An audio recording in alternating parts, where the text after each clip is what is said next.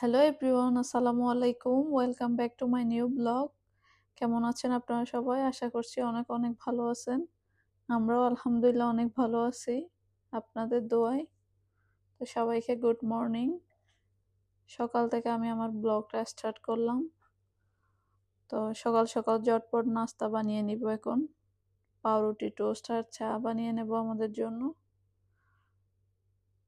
তো এই যে একটু করে সামান্য পরিমাণ অয়েল ব্রাশ ভালো করে টোস্ট করে নেব। এই যে এদিকে চাও বানিয়ে নিচ্ছি। তো এই যে টেবিলে বসে গেলাম ব্রেকফাস্ট করতে এখন।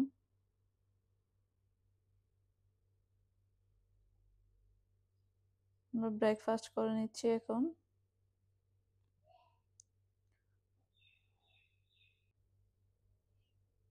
তো এদিকে আমি রান্না বান্না শুরু করে দিছি রাতের জন্য। দুপুরে আর ভিডিওটা করি নাই, কারণ আমরা একটু রেস্টুরেন্টে বাইরে থেকে খেয়ে আসছি, সেই জন্য। এদিকে একটা আমি নতুন ফ্রাই প্যান নিয়ে আসছি, ওইটাতেই রান্না করব আজকে। মাশাআল্লাহ, এটা অনেক সুন্দর। তো এই যে রান্না বান্না শুরু করে দিছি এখন। আজকে গরু মাংস আর মাছ রান্না করব। প্রথমে আদা রসুন বাটা দিয়ে দিলাম, তারপর এখন পেঁয়াজ বাটা দিয়ে দিয়ে ভালো করে নেড়ে ছেড়ে নেব। ভালো করে নেড়ে ছেড়ে মরিচ, মশলা, হলুদ এসব দিয়ে দিব, ধনিয়া। তো আমরা সব সময় মাখিয়েই রান্না করি গরু মাংস।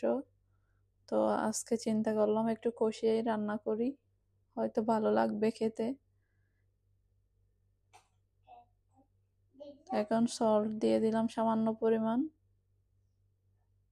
তো এদিকে মাছগুলো ফ্রাই করে নিচ্ছি এখন আমি। মাছগুলো ফ্রাই করে রান্না করব আলু দিয়ে। এখন মাংসগুলো দিয়ে দিব। মাংস যত কষিয়ে রান্না করা যায় ততই মজা। তো এখন মাংসগুলো দিয়ে ভালো করে নেড়ে ছেড়ে দিয়ে নেব।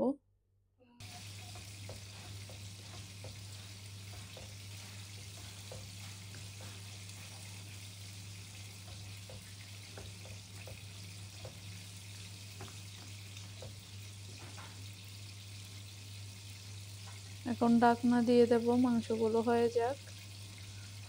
তো এদিকে আমি মাছগুলো উল্টিয়ে দিচ্ছি। তো এদিকে এখন গরম মোছা হচ্ছে। তো এদিকে আমি গাছে পানি দিয়ে দিচ্ছি আমার ইনডোর প্লান্টগুলোতে।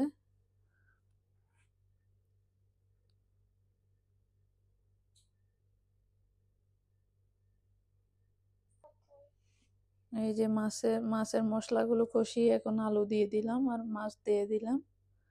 আজকে মাছের ঝোল করব। তো গরু মাংস হয়ে আসছে প্রায় এখন।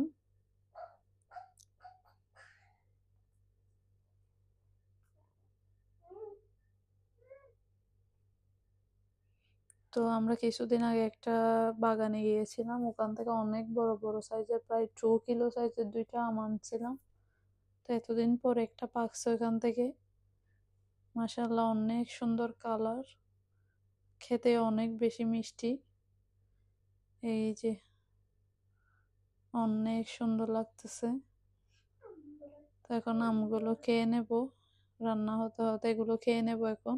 তো আপনাদের যদি আমার পুরো ভিডিওটা ভালো লেগে থাকে প্লিজ সাবস্ক্রাইব করবেন, লাইক করবেন, পাশে থাকবেন।